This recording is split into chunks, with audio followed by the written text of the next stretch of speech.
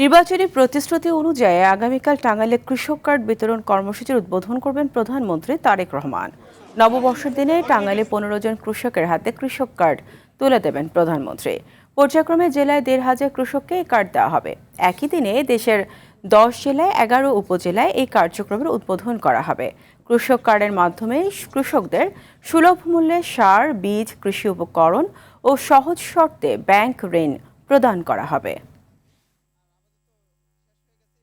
টাঙ্গাইলে কালকে মাননীয় প্রধানমন্ত্রী নিজ হাতে 15 জনকে প্রণয়ন করবেন কৃষক কৃষাণে, এবং সেই কৃষক কার্ড টাঙ্গাইলে 1500-র বেশি কৃষক কৃষাণের হাতে তুলে দেওয়া হবে। আমাদের মূল উদ্দেশ্য কৃষক কার্ডের মাধ্যমে শুধু কৃষক বা কৃষাণী না, যারা মৎস্যজীবী রয়েছেন, প্রাণী সম্পদের সাথে সম্পৃক্ত রয়েছেন, খামারি রয়েছেন, ওনাদেরকেও এই সুযোগের ভেতরে আনা হবে।